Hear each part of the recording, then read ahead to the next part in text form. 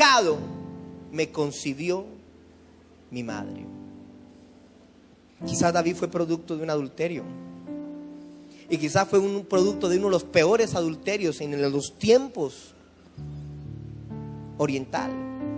De un adulterio de la madre. O de un adulterio del padre.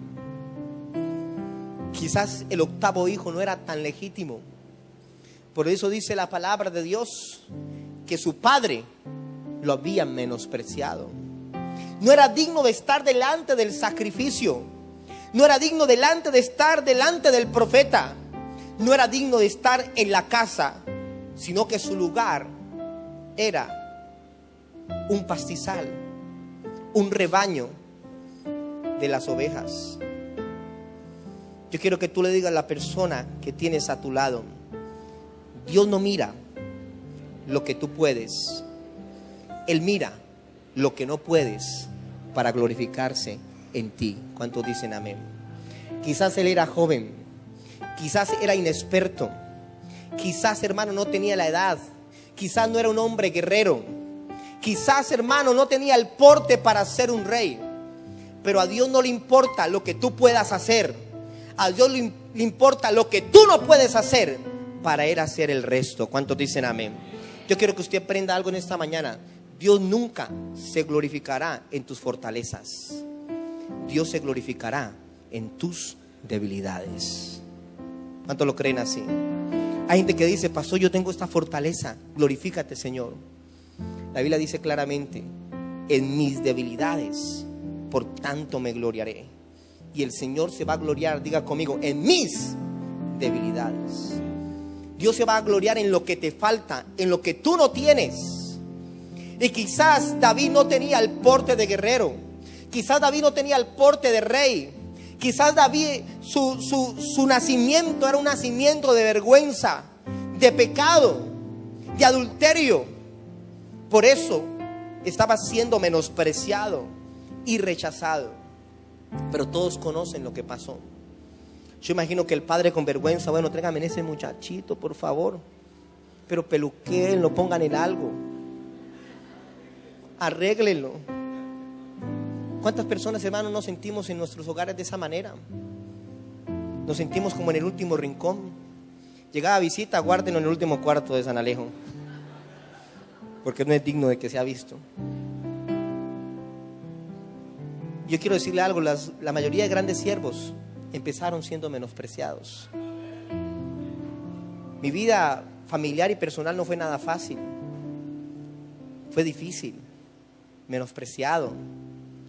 Yo lo compartí en estos días un ayuno, hermano.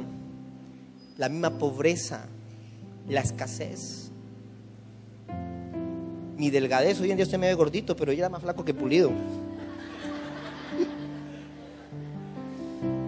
Esto es provisión y bendición de Dios.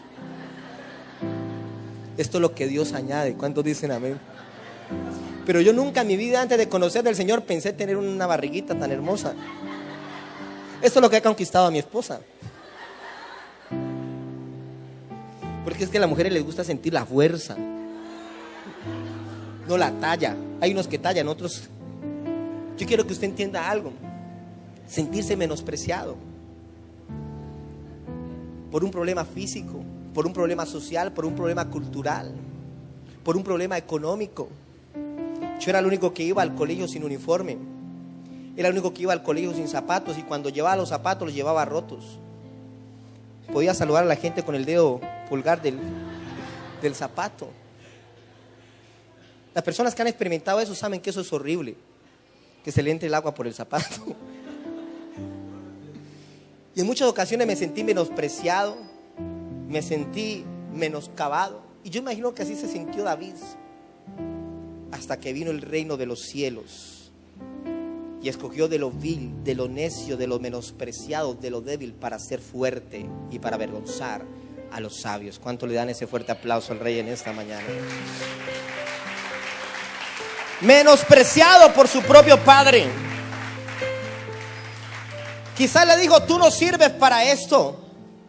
Quizás le dijo: tú no tienes porte para ser rey. Sin embargo, cuando lo vio el profeta Samuel, yo imagino que en el interior de Samuel Dios le habló y le dijo: este es el que yo he escogido. Dice la palabra que Samuel lo ungió. ¿Qué hizo Samuel? Pero no todo quedaría allí.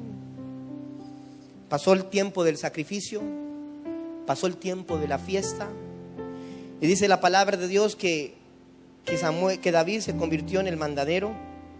¿Cuántos son hijos menores aquí? ¿Sabe usted que los hijos menores tienen un gran privilegio de ser los mandaderos de la casa, no? A mí me tocó ser menor en un tiempo, pero la historia cambia. Diga conmigo, la historia cambia. Hoy en día ya tenemos hijos, y los hijos deben servirnos. Yo los pongo a embetunar zapatos y tienen que embetunarlos. Yo siempre le he dicho a mi hijo mayor: ¿usted sabe para qué sirve la cola de la vaca? Él le va a decir para qué sirve después. Se las dejo de tarea. Yo quiero que usted comprenda algo. Dice la palabra que un día los hermanos Eliab, Abinadab salieron al campo de la batalla, 3 hermanos de David. Había una guerra, un conflicto entre los filisteos y los judíos. Y dice la palabra de Dios que ya llevaban varios días en el campo de batalla, y un día el padre Isaí llama a David: David, necesito que me le lleves estos alimentos, esta harina, este pan, este queso. Llévalo al campo de la batalla, pregunta cómo están tus hermanos, trae prenda de ellos, dime cómo están ellos. Y dice la palabra: sí, Señor. Se fue David como el mensajero. Se fue David como ese mensajero a buscar al campo de la batalla a sus hermanos. Cuando llega al campo de la batalla, David escucha a un gran paladín desafiando al pueblo de Israel. Cuando llega a aquel lugar, primer libro de Samuel, capítulo 17, versículo 26. Acompáñenme por favor, primer libro de Samuel 17, 26.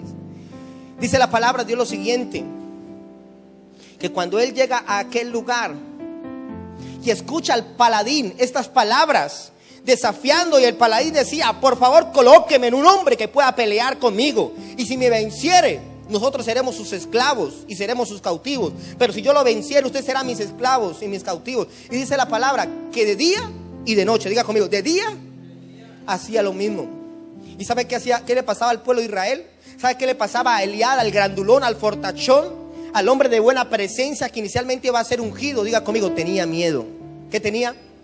Miedo. Ninguno quería enfrentar. Saúl, que era el rey de Israel, se estaba comiendo las uñas porque también tenía miedo. Pero cuando aquel hombre insignificante, menospreciado por el padre, llega a aquel campamento y escucha las palabras del filisteo, hubo algo que se revolvió por dentro de David. Dijo: esto no puede ser. Se supone que aquí están los guerreros, se supone que aquí están los valientes, se supone que aquí está el rey, se supone que aquí está el escuadrón del ejército de Dios, y están siendo desafiados por un filisteo incircunciso, incapaz. Y dice la palabra de Dios en el versículo 26 del capítulo 17 del primer libro de Samuel, que entonces habló David a los que estaban junto a él diciendo: ¿qué harán al hombre que venciere a este filisteo y quitare el oprobio de Israel? Porque ¿quién es este filisteo incircunciso para que provoque a los escuadrones del Dios viviente? Yo quiero decirle algo. Diga a la persona que tiene a tu lado: tú no eres lo que pareces ser. Tú eres lo que Dios determinó de ti que ibas a ser. ¿Cuántos dicen amén? Hay pastores que me ven como flaquito, como gordito, como hinchadito, como coloradito. No importa cómo lo vean, pero dentro de ti hay un ungido. ¿Cuántos dicen amén? Dice la palabra de Dios que cuando David ve todo esto, hubo algo que en su interior se conmovía. Escuche muy bien. Yo quiero decirle algo. Un cristiano que desea vivir en victoria y salir del campo del menosprecio debe ser un cristiano que debe tener ambición. Diga conmigo, ambición. No estoy refiriéndome al tipo de ambición de codicia o avaricia. Pero ¿sabes qué fue lo primero que preguntó David antes de vencer al filisteo? ¿Qué fue lo primero que preguntó? ¿Qué me van a dar? ¿Qué preguntó? ¿Qué me van a dar? ¿Qué voy a obtener? Yo quiero decirle algo. Usted en el ministerio tiene que tener sueños. Usted en el ministerio tiene que tener visión. Pero hay algo, hermano, que usted no puede descartar dentro del ministerio, y se llama